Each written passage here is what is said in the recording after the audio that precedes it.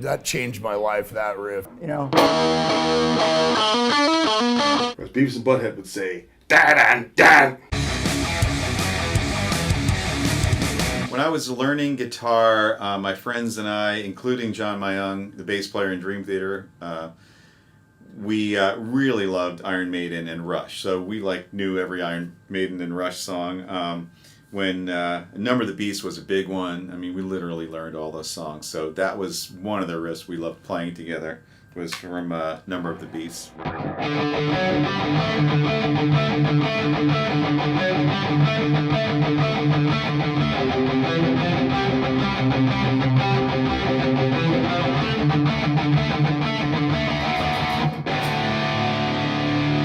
I didn't realize how big of a signature vibrato was for guitar players. And I learned how to do it by slowing down records. I mean, I remember listening to an Iron Maiden record and hearing this really slow.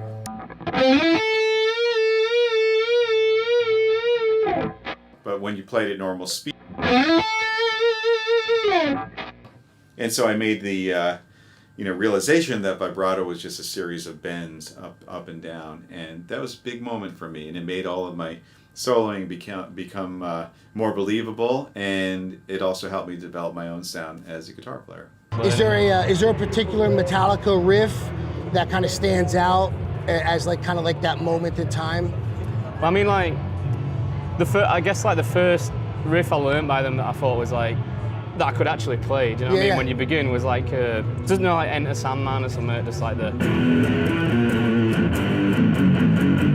And then that was super good, because I think it's they've got everything from a beginner. Mm-hmm. You can play it, and then as you get better, you can progress and learn more of the songs and stuff. So it's a sick riff to learn when you're starting out, and all that stuff. But it also helps learning to palm mute and all that sort of stuff. So yeah, I think that was the first one I actually could play. By the way, I mean, almost every early Sabbath riff, you know.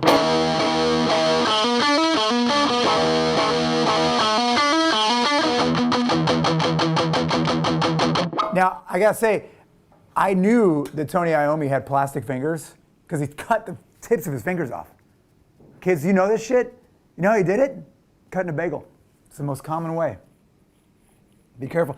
Get a bagel cutter, kids. You know, you should know better. You know, don't try to cut a bagel with a knife. You'll cut your goddamn fingers right off. You'll end up like Tony Iommi, which is probably a good thing. Very successful career. Remember that video for Paranoid? Huh?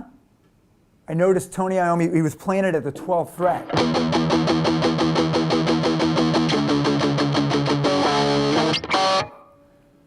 Still sounded great, right? He might have just was with us because he was like, this is a video, I can do whatever the I want. Just playing the tracks and shit. There you go. I mean, one riff that just out of nowhere is one of the most economical riffs I've ever heard. And so fun because I could really hear James laughing when he came up with it. Is the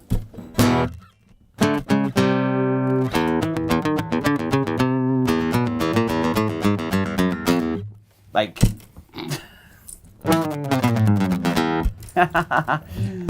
that's funny. That's funny. That's a funny riff. James Hetfield is definitely one of the best guitar players that has ever walked this earth. Even though I know sort of theoretically how to play Master of Puppets, it's impossible to play it downstrokes the way that he does from start to finish for 7 minutes. Truly mind-blowing. Well, it was the second riff I ever learned to play, which is Judas Priest. I was at a friend of mine's house. He was a drummer, and he had a guitar, but he had a guitar. And I remember I picked up the guitar, and he's like, "You want to learn how to play Breaking the Law?" And I was like, "Well, yeah, that would be awesome." But I thought it would be way too hard. I was like, "Oh, it seems so intimidating." So he showed it to me, and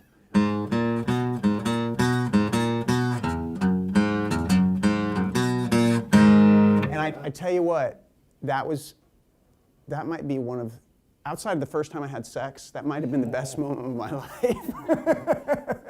Tony Iommi, you know, yeah, it kind of laid the groundwork for every metal musician after Sabbath, you know.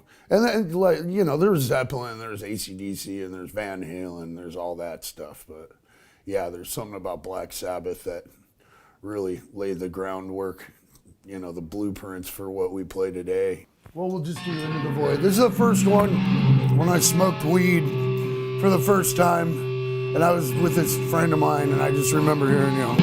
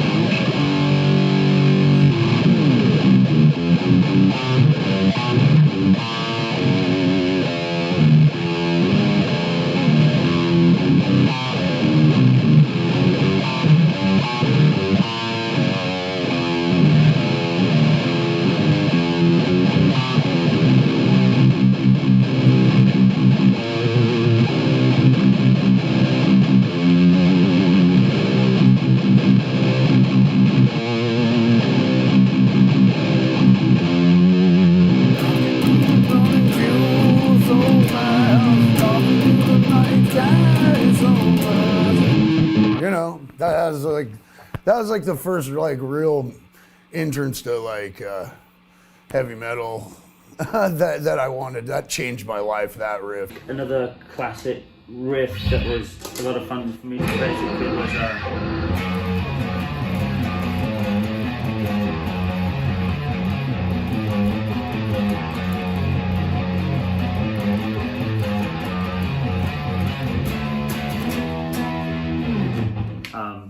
you know, a Crazy Train.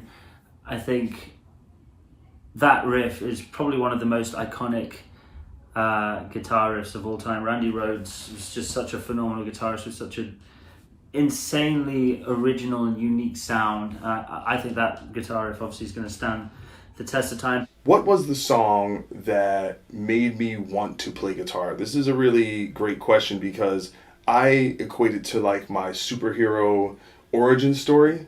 And I was at a friend's house, I think I was around 12 years old. I lived in the inner city and there wasn't a lot of rock and metal in my environment. And I was at my friend's house and MTV was on.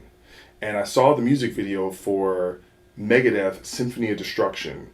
And it was, and probably one of the few times in my whole life where I had a light bulb moment. And all of a sudden, I don't know what that sound was. I don't know what was happening with the guitars and the vocals and the melody and the hooks or whatever, but I was immediately hooked for life.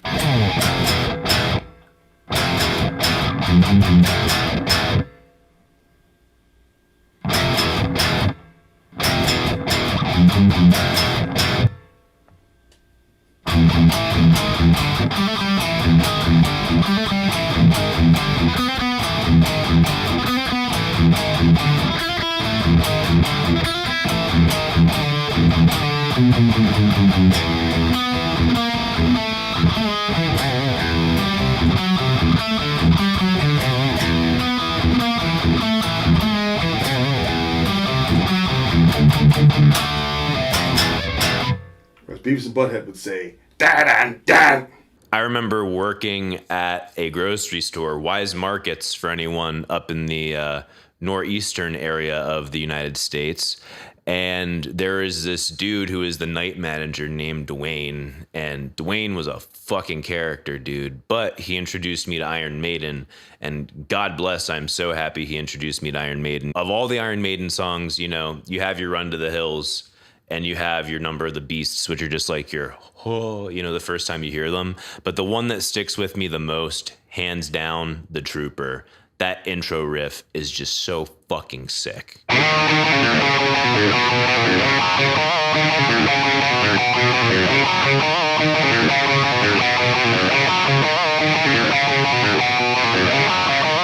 It's almost like you're in the fucking horse's mind and the horse is just like, let me gallop. Let me fucking gallop. There's so much tension and rising action happening in that very simple, small lick.